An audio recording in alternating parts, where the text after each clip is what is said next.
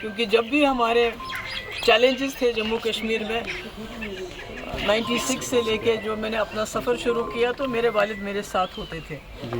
آج میں بہت بڑے بڑے چیلنجز کا میں نہیں پورا جموں کشمیر بہت ہی چیلنجز کو فیس کر رہا ہے. اور ایسے میں جو ہماری سرزمین ہے جس کے اوپر ہمیں فخر ہے, جس کو دنیا میں جنت بے نظیر کہا جاتا ہے, تو آج اسی سرزمین ہمارے تشخص ہماری شناخت کے اوپر خطرناک قسم کے بادل منڈلا رہے ہیں. تو اس کا نیچرلی ایک بہت بڑی ذمہ داری ہے یہ, تو اس لیے میں آئی تھی اور یہاں دعا کی, یہاں فاتح کی. جی تو امید انشاءاللہ امید تو میرے لوگ ہیں,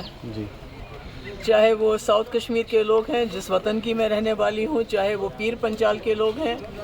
جہاں میں نے شاید ہی کوئی گاؤں, کوئی جگہ, کوئی علاقہ وہاں ہو جب وہاں لوگ مصیبت میں تھے, جب وہاں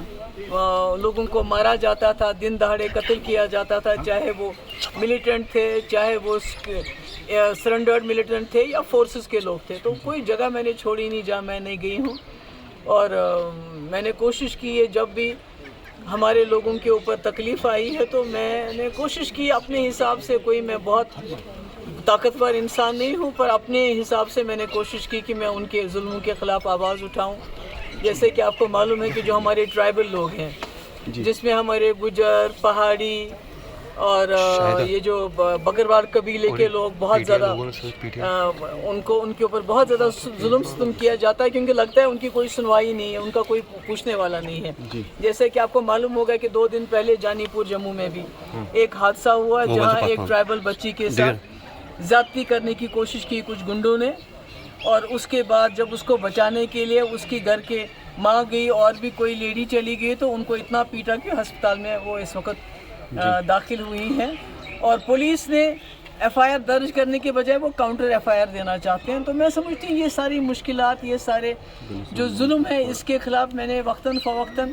میرے پاس کیا ایک آواز ہی ہے وہ اٹھائی ہے. تو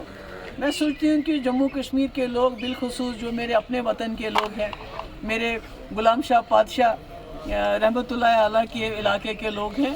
وہ اس بات کی قدر کریں گے اور مجھے میری آواز کو طاقت دیں گے. تو میں یہ تو اس میں تو جمہوریت میں تو کوئی بھی کسی کے ساتھ تنقید کر سکتا ہے, آپ تو کسی کو روک نہیں سکتے ہیں, وہ تو چلتا رہتا ہے. لیکن اننت ناگ ہے کہ 2019 کے بعد سب سے بڑی اب نشانہ اگر کسی کو بنایا تو بی جے پی کو بنایا. کس طرح اس کو توڑا گیا, کس طرح ہمارے لیڈروں کو کچھ کو لالچ دے کے کچھ کو بلیک میل کر کے نکالا گیا, پارٹی توڑ دی. تو آج جب محبوبہ مفتی میدان میں آتے کیونکہ 2019 سے میں نے کوشش کی ہے ان کے ظلم کے خلاف آواز اٹھانا.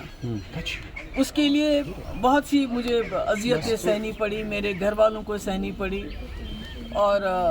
مگر میں اپنی بات پہ قائم رہی. تو ان کو لگتا ہے کہ اگر یہ آواز پارلیمنٹ میں پہنچے گی تو شاید وہاں بھی ان کے لیے مشکلیں پیدا ہوگی, اور شاید جو جموں کشمیر کے اصلی حالات ہیں, خالی جموں کشمیری میں لداخ کی بات بھی کرتی ہوں کہ جو اصلی حالات ہیں تو کہیں ان اصلی حالات کی عکاسی نہ ہو جائے, اور یہ جو ڈول پیٹتے ہیں جموں کشمیر میں سب کچھ ٹھیک ٹھاک ہے تو وہ ان کا جو بات ہے جو اس میں راز سے پردہ اٹھ جائے گا. تو اس لیے ان کی کوشش ہے جتنا بھی ہو سکے محبوبہ مفتی کو پارلیمنٹ سے باہر رکھا جائے. بہت بہت شکریہ.